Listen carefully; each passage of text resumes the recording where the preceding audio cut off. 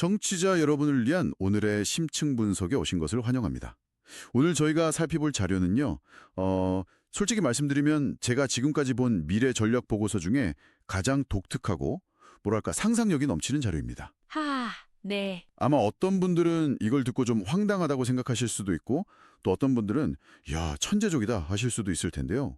한 지역 도시에 콜로세움을 짓고 심지어 산신들이랑 협상을 해서 산속에 도시를 만든다는 그야말로 정말 영화 같은 구상에 대해 한번 깊이 들어가 보겠습니다. 네, 정말 영화 같다는 표현이 딱 맞습니다. 이게 단순히 이런 걸 해보면 어떨까 하는 아이디어 모음집이 아니고요. 한국이라는 국가의 지정학적, 또 지질학적 특성을 재해석해서 우리는 이런 운명을 타고났으니까 이렇게 나아가야만 한다고 주장하는 하나의 그 완성된 세계관을 담고 있거든요. 아, 세계관이요? 네, 지역 발전이라는 작은 그림에서 시작해서 인류 문명을 이끄는 컨설턴트 국가가 되어야 한다는 어마어마한 비전까지 그 스케일이 정말 대단합니다. 그렇군요. 그럼 그 야심찬 계획의 첫 단추, 한 지역 도시를 글로벌 허브로 만드는 이야기부터 시작해 볼까요? 네, 좋습니다. 그 시작점이 충청남도의 천안이라는 점부터가 흥미로워요. 맞아요. 보통 이런 글로벌 허브 구상은 수도나 적어도 제2의 도시에서 나오기 마련인데 말이죠. 근데 제안 내용이 정말 파격적이에요. 천안이랑 이탈리아를 연결하는데 그 상징물로 로마의 콜로세움을 짓자는 거잖아요. 네, 와, 콜로세움을요? 그것도 멀쩡한 새 건물이 아니라 현재 부서진 모습 그대로 짓자고요? 바로 그겁니다. 그 디테일이 정말 재밌네요. 단순히 랜드마크를 복제하는 걸 넘어서 그곳에 깃든 시간과 역사의 흔적까지 통째로 가져오겠다. 뭐 이런 의도로 보여요. 정확히 보셨습니다. 그게 핵심이에요. 단순히 볼거리를 하나 추가하는 게 아니라 이탈리아의 역사와 정신을 천안에 이식하겠다는 하나의 선언인 거죠. 아, 선운.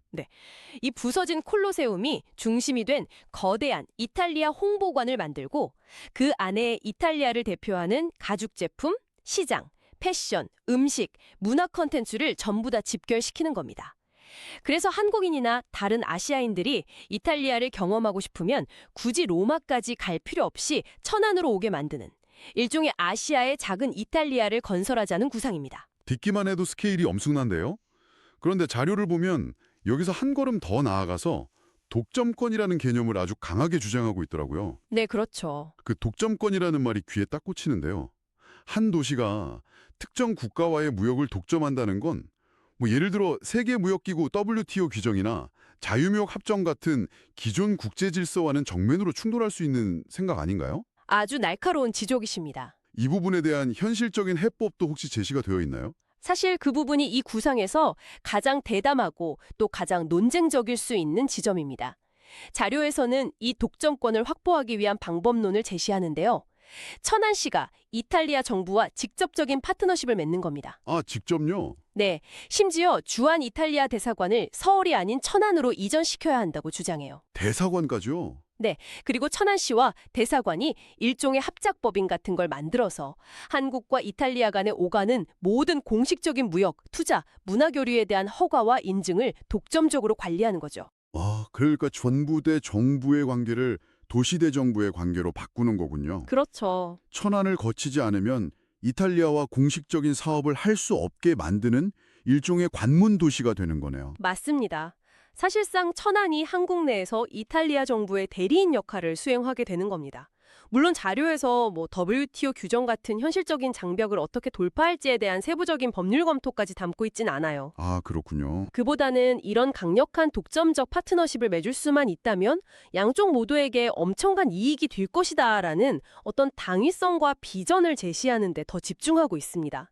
기존의 틀을 깨는 발상 자체에 가치를 두는 거죠. 그렇군요. 현실적인 제약을 뛰어넘는 어떤 발상의 전환을 촉구하는 것에 가깝네요. 그런데 이 구상이 이탈리아 하나로 끝나지 않는다는 게 더 놀랍습니다. 맞아요. 최종 목표는 훨씬 더 큰 그림을 그리고 있더라고요. 네, 이탈리아는 시작일 뿐입니다. 최종 목표는 천안이 이탈리아와 아시아 전체의 관계를 독점하는 허브가 되는 거예요. 아시아 전체요? 네, 자료에서 아주 도발적인 예시를 하나 드는데요. 예를 들어 일본 총리가 이탈리아 총리랑 정상회담을 하고 싶으면 로마로 바로 가는 게 아니라 먼저 천안에 들러서 인가를 받아야 하는 상황을 상상해 보라는 겁니다. 잠시만요. 일본 총리가 천안에 와서 허락을 받는다고요? 네, 그렇다는 거죠. 이야, 이건 거의 아시아 유럽 외교의 지정학적 중심을 한국의 한 지방 도시로 옮겨오겠다는 선언이나 마찬가지인데요. 정말 대담함을 넘어서는 발상입니다. 그렇죠. 서울 중심의 중앙 집권 체제에서 벗어나서 각 지방 도시가 저마다의 개성과 기운을 살려서 세계와 직접 연결되는 새로운 국가 발전 모델을 제시하는 겁니다. 아, 자료에서도 그 점을 지적하거든요. 과거에 수많은 도시들이 세계 여러 도시랑 자매 결연을 맺었지만 대부분 상징적인 교류에 그치고 실질적인 발전으로 이어지지 못했다고요. 맞아요. 그런 경우가 많았죠. 이 구상은 바로 그 자매 결연의 궁극적인 진화 형태, 즉 경제적 독점권을 가진 자매 결연이라고 볼 수 있습니다. 아, 그렇게 연결되니 이해가 쉽네요. 자매결연 2.0 같은 개념이군요. 그럼 다른 도시들도 이 모델을 적용할 수 있다는 거겠네요. 물론입니다. 자료에서는 에티오피아를 예로 들어요. 에티오피아요? 네, 가령 강릉 같은 도시가 에티오피아와의 커피 무역에 대한 독점권을 확보하는 거죠. 아, 커피? 예, 에티오피아산 원두는 모두 강릉을 통해서 수입되고 가공되고 강릉은 아시아 최고의 커피 허브가 되는 겁니다. 이런 식으로 각 지역이 가진 고유의 기운과 맞는 나라를 찾아서 전 세계와 그물망처럼 연결하라는 겁니다. 흥미롭네요. 그리고 이 모든 활동의 궁극적인 목표는 단순히 돈을 버는 걸 넘어서요. 한국이 인류 공영에 이바지하고 전 세계 국가들에게 이렇게 발전할 수 있다고 알려주는 인류를 위한 컨설턴트 역할을 해야 한다는 더 큰 철학과 연결이 됩니다. 천안을 중심으로 아시아 유럽 외교의 중심축을 만들자는 구상.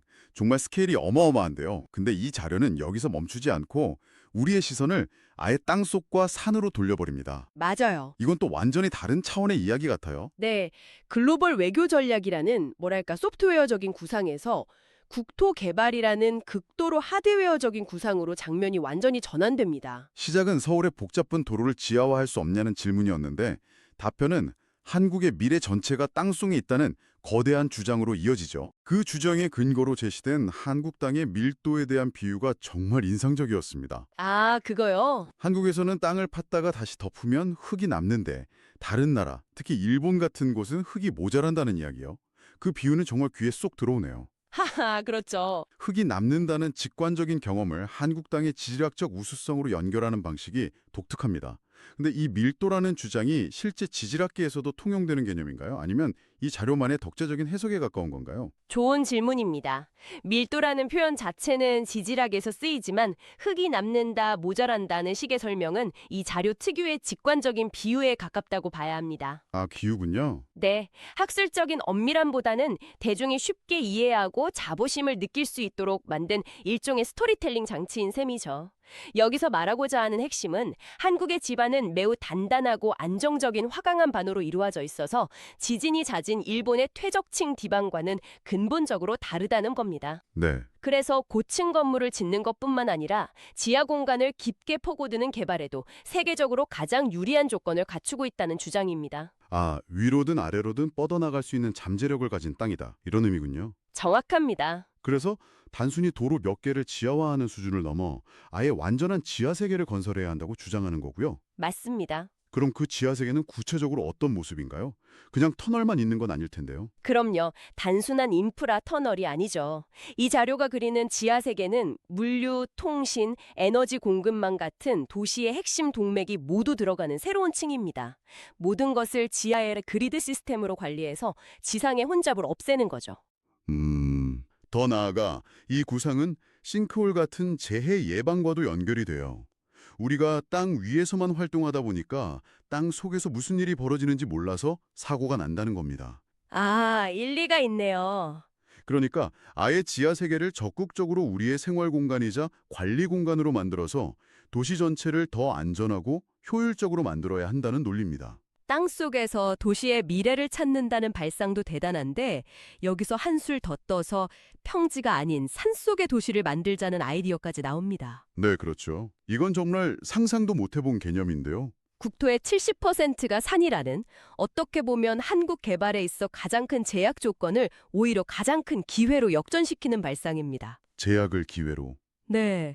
산의 아름다운 외부 경관은 전혀 훼손하지 않고 그대로 보존하면서 그 산의 몸통 안을 파고들어서 미래형 도시를 건설하자는 겁니다. 이렇게 하면 겨울에는 산이 보온재 역할을 해서 따뜻하고, 여름에는 천연 에어컨처럼 시원한, 에너지 효율이 극대화된 도시를 만들 수 있다는 거죠. 산 자체가 건물이자 단열재가 되는 거군요. 그런데 이 엄청난 구상이 왜 하필 지금에서야 가능해졌는지에 대한 배경 설명이 정말 독특합니다. 아, 그 이야기? 최첨단 터널링 기술의 발전 때문이 아니라 산신들과의 소통이 이루어졌기 때문이라는 이야기가 나오잖아요. 네, 바로 그 지점이 이 자료의 세계관을 관통하는 또 하나의 핵심입니다. 현대공학과 영적인 서사가 만나는 지점이죠. 자료에 따르면 과거에는 산의 터널을 뚫으면 산의 전기, 그러니까 생명 에너지가 빠져나간다고 믿는 산신들이 공사를 방해해서 전국의 터널 공사가 중단되는 일이 비일비재했다고 합니다. 잠시만요. 산신들과 회합을 했다고요? 자료에서 그 부분을 좀 더 자세히 설명하나요? 이게 어떤 비유적인 표현이 아니라 정말 문자 그대로 전국의 산신들을 소집해서 회의를 했다는 뜻으로 서술되어 있나요? 네, 비유가 아닙니다. 자료에서는 화자가 직접 전국의 산신들을 모아서 큰 회합을 열었다고 명확하게 서술하고 있습니다. 와, 그 자리에서 반대가 심한 산신들을 설득했다는 건데요. 그 설득의 논리가 아주 흥미롭습니다. 어떤 논리죠? 터널을 뚫는다고 전기가 빠져나가는 게 아니다. 터널은 사람이 다니는 길이고 사람 한 명 한 명이 그 자체로 거대한 에너지 덩어리다. 마치 강물이 흐르듯 사람들이 터널을 오가면서 비어있는 공간을 그들의 에너지로 계속 채워주기 때문에 산의 전기는 결코 고갈되지 않는다라고 설명했다는 겁니다. 와, 사람의 흐름을 에너지의 순환으로 재해석해서 산신들을 설득했다는 거군요. 그렇죠. 그 이야기가 사실인지 아닌지를 떠나서 현대적인 대규모 토목공사에 그런 영적인 서사를 결합했다는 발상 자체가 정말 흥미롭네요.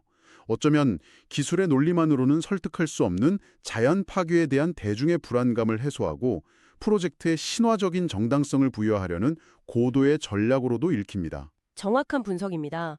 이 서사는 국토 개발이라는 행위에 일종의 영적인 정당성과 동의를 얻어냈다는 의미를 부여하는 거죠. 그리고 자료에 따르면 이 회합 이후에 산신들이 마음을 열었고 그동안 막혀있던 전국의 모든 터널 공사가 기적처럼 일제히 재개되었다고 주장합니다. 아, 그래서 네, 이런 영적인 배경이 있기 때문에 이제는 터널을 넘어서 산속에 도시를 짓는 더 큰 프로젝트도 가능하다, 이런 논리로 이어지는 겁니다. 그렇군요. 결국 이 산속 도시 기술도 앞서 이야기한 천안 모델처럼 최종적으로는 해외 수출까지 염두에 둔 국가 전략 기술인 셈이겠네요. 맞습니다. 한국이 먼저 이 산속 도시, 즉 마운틴 시티 기술을 완성해서 하나의 모델을 보여주자는 겁니다. 그리고 앞으로 기후 변화나 여러 재해로 인해서 지상에서의 거주가 점점 어려워지는 다른 나라들에게 이 기술을 해결책으로 제시하는 거죠. 자료에서는 이 기술을 본 전 세계가 환장할 것이라는 아주 강한 표현까지 씁니다. 하하. 산속이라 햇빛이 부족하지 않겠냐는 우려에 대해서도 미래에는 인공태양 기술이나 빛을 전달하는 광섬유 기술로 얼마든지 해결할 수 있다고 보고 있습니다. 정리해보죠. 오늘 우리는 한 지방 도시를 특정 국가와의 관계를 독점하는 글로벌 허브로 만들자는 구상, 그리고 한국 땅의 독특한 지질학적 특성과 영적인 서사를 결합해 산과 지하의 미래 도시를 건설하자는 두 가지 거대한 비전을 살펴봤습니다. 정말 머릿속이 복잡해지면서도 동시에 상상력이 자극되는 시간이었네요. 이 두 가지 아이디어는 겉보기엔 외교 경제와 국토 개발로 전혀 달라 보이지만 사실 하나의 강력한 맥락으로 연결됩니다. 어떤 맥락이죠? 바로 한국이 가진 고유한 특성, 그것이 지역의 기온이든 국토의 밀도와 정기든 그것을 지렛대로 삼아서 세계 무대의 규칙을 바꾸는 게임 체인저가 되어야 한다는 강한 의지를 보여준다는 점입니다. 경제, 도시계획, 토목공학, 그리고 영적인 국가관까지 모두 융합된 정말 어디서도 본 적 없는 독창적인 미래상이라고 할 수 있겠습니다. 확실히 기존의 틀로는 상상하기 어려운 아주 독창적인 관점이었습니다. 자, 그럼 청취자 여러분께 마지막으로 생각해볼 질문을 하나 던지면서 마무리할까 합니다. 만약 여러분이 한국의 한 도시와 특정 국가를 짝지어 오늘 이야기 나눈 것과 같은 독점적인 허브를 만들 수 있다면 어떤 도시와 어떤 나라를 선택하시겠습니까? 그리고 그곳의 상징으로 콜로세움처럼 어떤 랜드마크를 세우고 싶으신가요? 여러분의 상상력을 한번 마음껏 펼쳐보시죠.